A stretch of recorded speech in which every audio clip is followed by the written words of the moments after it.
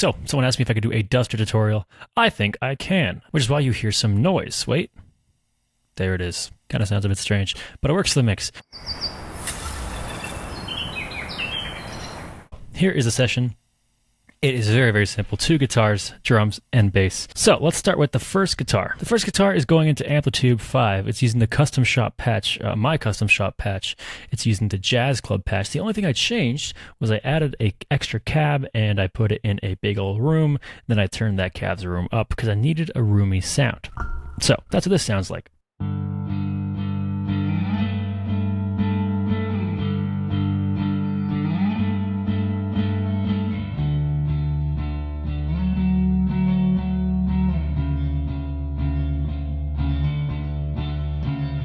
That is the first half of the verse. The verses are the same chord progression, so that is the same chord progression for the verse.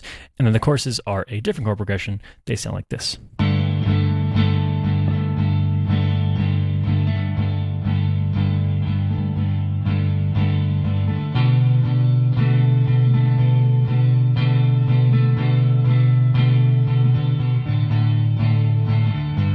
And that's it. That just loops for the next half of the chorus. Very, very simple. Nothing changes. I promise you. That is it's those 2 parts. That's it. They just get looped. Am I in focus here? I am in focus. Okay. Now, in order to get that duster sound, obviously you can tell there's not really a lo-fi element here. It still sounds pretty somewhat high quality-ish. It is roomy, which is what we want for a duster sound. But we need that like low fidelity sound. So I got that by using 𝗕𝗘𝗖𝗢𝗠𝗘 by these guys. I don't actually know what company makes this, so sorry about that. CA Audio, maybe. I'm not sure. Honestly, didn't even realize I had it. Then I found it, and it works really, really well. So now, with that, it sounds like this. Just a little bit of warble, a bit of saturation, and just a little tiny bit of noise. So there is that. Very simple. Now this plugin is on every single track. It's on my drums, which we'll get into next. But first, let's just go through my sends. So as you can see here, these sends correspond to this. So this is the room, this is the plate, this is the hall, this is the nonlinear reverb, this is the throw, this is the tape, this is the slap. I don't really use any delay in this mix. The only thing I use is a bit of the first 3. So let's go into the first 3. The first is a room reverb, the FG224. These are the settings. The second is a plate reverb. That is the LX480 with these settings, and the third reverb is a hall reverb, which is a Valhalla vintage verb with these settings, and those are my sends. So now on to the drums. The drums are a Superior Drummer patch. They are using the same tape cassette plugin. The Superior Drummer patch is the Custom Shop EZX with the basic cue. Didn't change a single thing. That is just the vanilla patch they have, and that sounded like this. Obviously being sent to these respective sends, but I needed that low fidelity feel again, so I threw tape cassette on, same, I believe, or at least near the same parameters.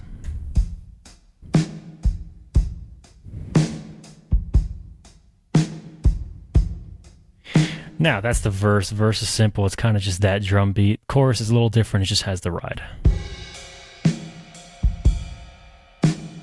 Very simple.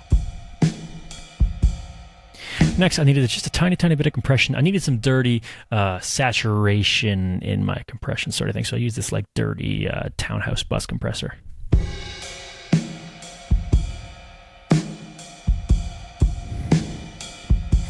There we go. Everything we need to make it low fidelity. Next, we have a bass. For bass, I typically use Scarby pre-bass, but for this, I used a Moto bass, and I used the 60s P bass, I believe. 70s P bass.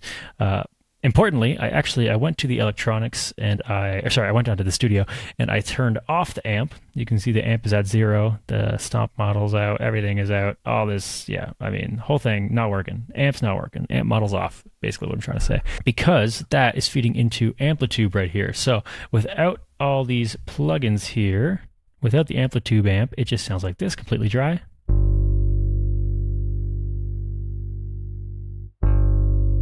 Very, very nice. With the Amplitude amp, it sounds like this.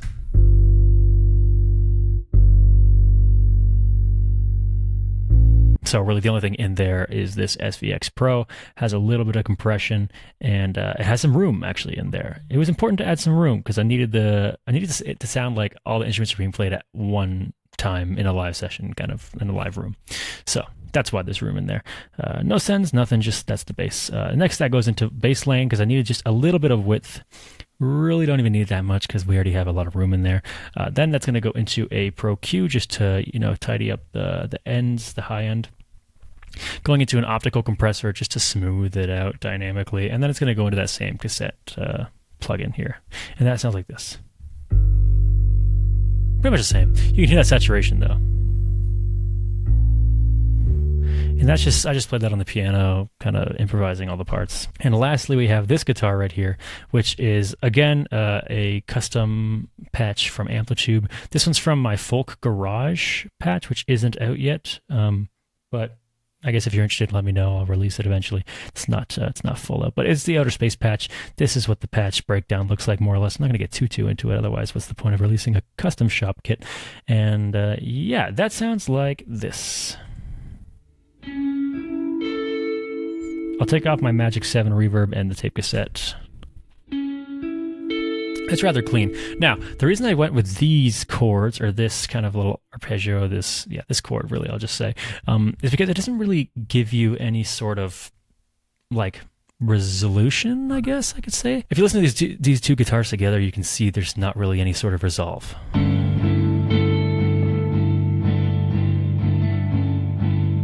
Like, you want this guitar, instead of going ba-da-da, to just go ba, because that's the root note. But I went for the 7, or the note right under the root note, to add some kind of like push and pulley feel. And it's only in the chorus. In the second chorus, it changes up a little bit. I play these. Kind of gives a little more resolution.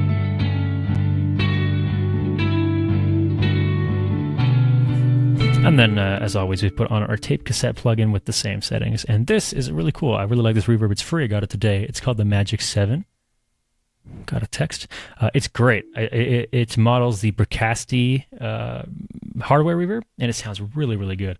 So without it, and with it, add a little bit of ensemble in there, a little bit of modulation, and that's really it. Lastly, we had some mastering done on it. I just went into the T-Rex 5 suite, started with this. This is always on every, it's basically the default plugin that comes with T-Rex 5 suite, so there's the settings on there.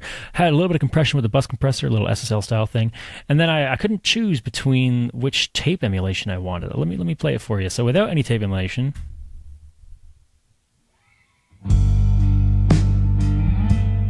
and then with the Porta 1, it's fine, right?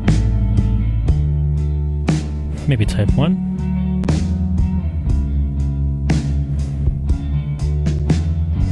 I might even take this compressor off.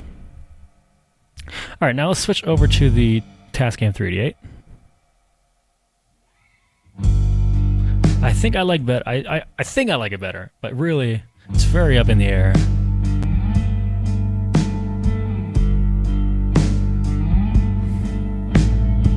But yeah, that's the mastering chain. And let's listen to the rest of it.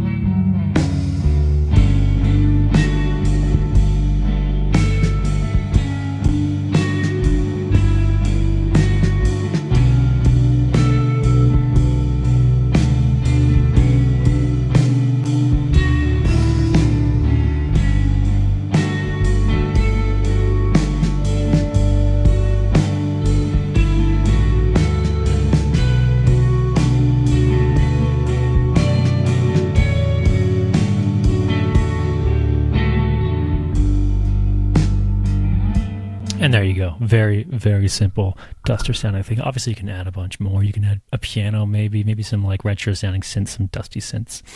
But I think this is kind of like the majority of it, really. It's really just a lot of tape in there. It's a ton of tape, kind of clean sounding bass, really soft, mellow drums, and some guitars being layered in. That's it.